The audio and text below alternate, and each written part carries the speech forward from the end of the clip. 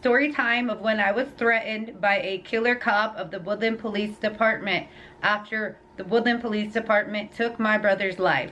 Taking it back to February of 2017, my brother's life was taken by 5 cops of the Woodland Police Department in a violent, malicious, and targeted way. This was a week and a half after he was killed. We hadn't even buried him yet. And I was at a restaurant this day with 2 people. Ono Teriyaki in Woodland, California, somewhere I had been to many times, but there was a different feeling this time. I felt the need to sit in the corner where I can scan the room and see who is coming in and out. That wasn't always the feeling I got, but that day I got it. You know, body, whatever we want to call it, alerting me to the fact that some shit was about to go down. So I'm sitting there, and then a man walks in, a white man, and he just walks straight forward. He doesn't scan the room. He doesn't look around to potentially recognize me. He walks forward to the register and begins to holler my name. Marissa, how's it going, Marissa?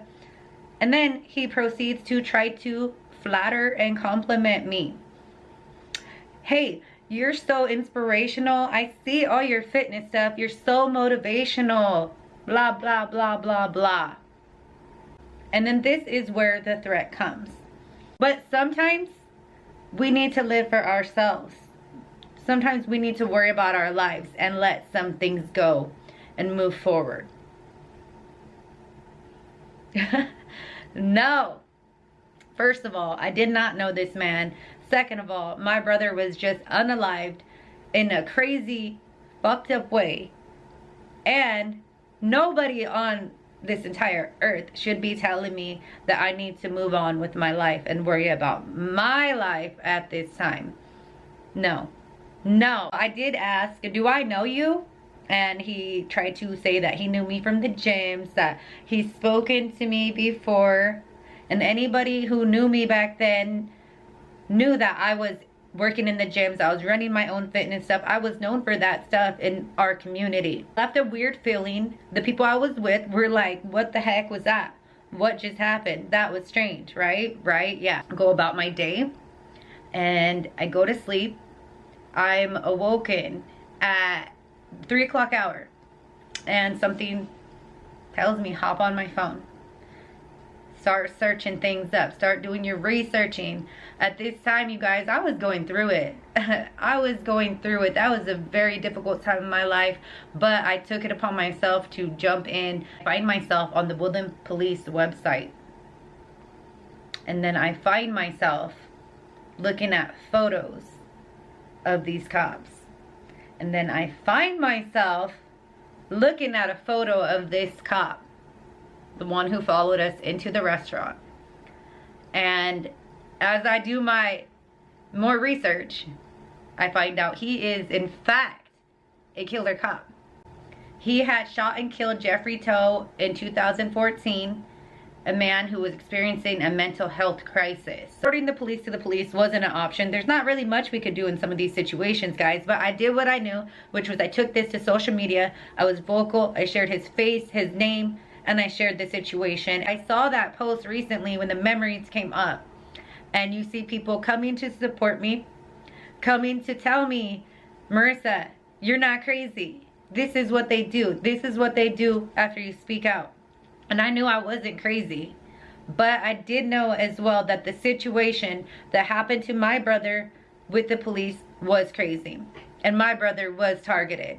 Strangers and folks that, you know, didn't need to came out to affirm to me and that I was not wrong, that they do this and to validate what I was going through. Like, that is dope. And that is one of the reasons why I continue to do what I do. When you speak out, they will try to find a way to silence you, especially when they know they're wrong. Why would they take so much time, resources, different people involved to harass a woman, a mother at that, who I didn't do anything wrong. I'm a grieving sister who just lost my brother. Have some damn respect. No, they wanted to harass me because I was already speaking out from day one. Apparently the police knew I was going to be the problem from the beginning. I know this was not a direct threat like, hey Marissa, We're gonna take your life if you don't be quiet. That is what they did to my brother though. However, an indirect threat, I don't take that lightly either. And anyone with the brain can tell what they meant, especially coming from a killer cop. So, to be clear, he did not intimidate me. He did not scare me. He did not make me stop. Obviously, it's been 7.5 years. But he did make me understand some things. He did make me have more determination to be like, fuck you, police. Because at this point, they weren't just harassing me. I'm a mother.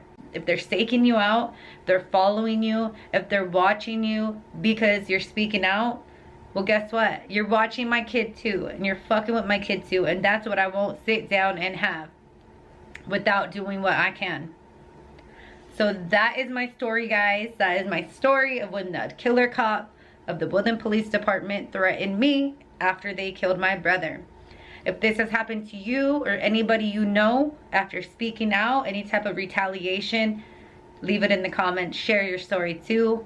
The more we speak, the more we have these conversations and connect with each other. That's what they don't want.